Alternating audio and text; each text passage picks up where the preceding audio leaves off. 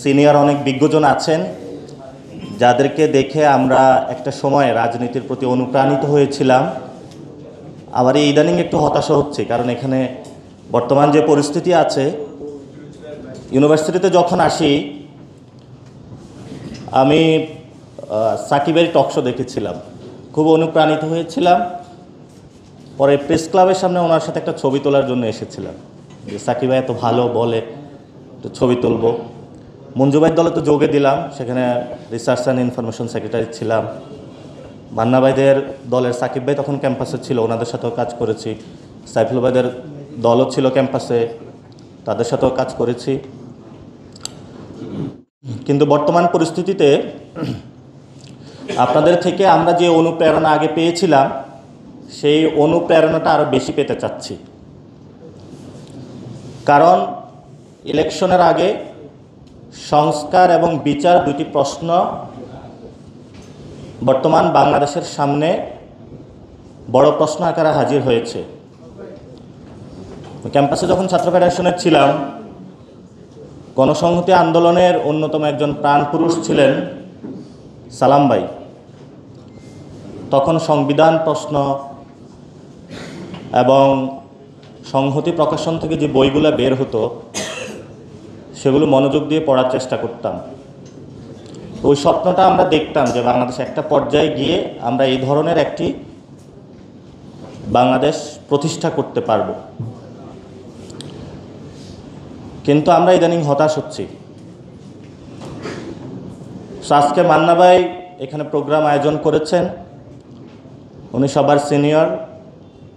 উনি একটা পথ দেখাতে পারবেন আমাদেরকে, যেই পথে বাংলাদেশটা একটা নতুন জায়গায় আমরা উপনীত করতে পারবো, যেখানে এই ধরনের অরাজকতা বিশৃঙ্খলা থেকে বেরিয়ে ব্যক্তিগত স্বার্থ, লোভ, সিট, মন্ত্রিত্ব সব কিছু থেকে বেরিয়ে একটা নির্লোভ জায়গার মধ্য দিয়ে জাতিকে আমরা সুন্দর একটি সংবিধান প্রতিষ্ঠা করে দিতে পারবো।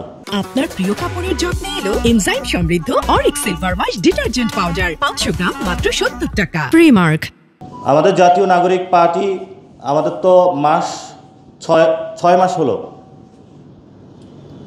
6 মাসে আমরা অনেক চড়াই উতরাই পেরিয়ে আপনাদের কাছ থেকে আমরা শিখেছি, আরও শিখতে রাজি আছি।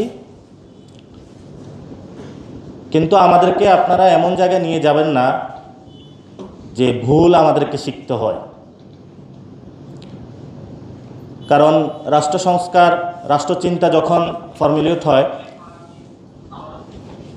গণ অধিকারের যখন দল গঠন করেছিল, তারা সেই অফিসে আশ্রয় গ্রহণ করেছিল। কাইম ভাই তাদেরকে অনেক হেল্প করেছিল। পরে তারা গণতন্ত্র মঞ্চ যোগ দিয়েছিল এবং এই অভ্যুত্থানের আগে 18 তারিখে নাকি 19 তারিখে যে প্রোগ্রামটা হয়েছিল প্রেস ক্লাবের সামনে, গণতন্ত্র মঞ্চ, এক এক দল এক এক জায়গায় ছিল, সেখানে অংশগ্রহণ করেছিলাম। পুলিশের সামনে সাকিব ভাই ছিল, তারপরে সাইফুল ভাই ছিল, এখানে সবাই ছিল। মানে তেড়ে এসে পুলিশ সবাইকে গুলি করতেছিল। সাকিব ভাইয়ের মনে হয় তার গায়েও টাচ করেছিল। তারপরে রাবার বুলেট ছেড়েছিল। প্রত্যেকে আমরা গলির মধ্যে চলে গিয়েছিলাম। সো আপনাদের অবদান বাংলাদেশ আজীবন স্বীকার করবে এবং ভবিষ্যতের বাংলাদেশের পথ দেখানোর ক্ষেত্র আপনাদের বড় দায়িত্ব এবং কর্তব্য রয়েছে।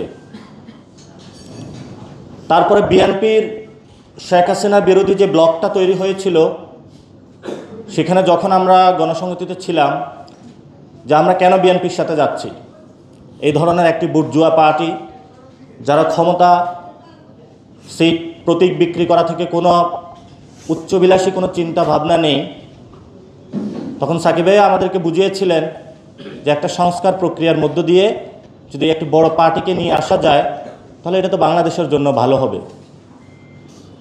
এখন এসেছে, কিন্তু বাস্তবায়নের জায়গায় আমরা সবাই আবার পিছু টান দিচ্ছি।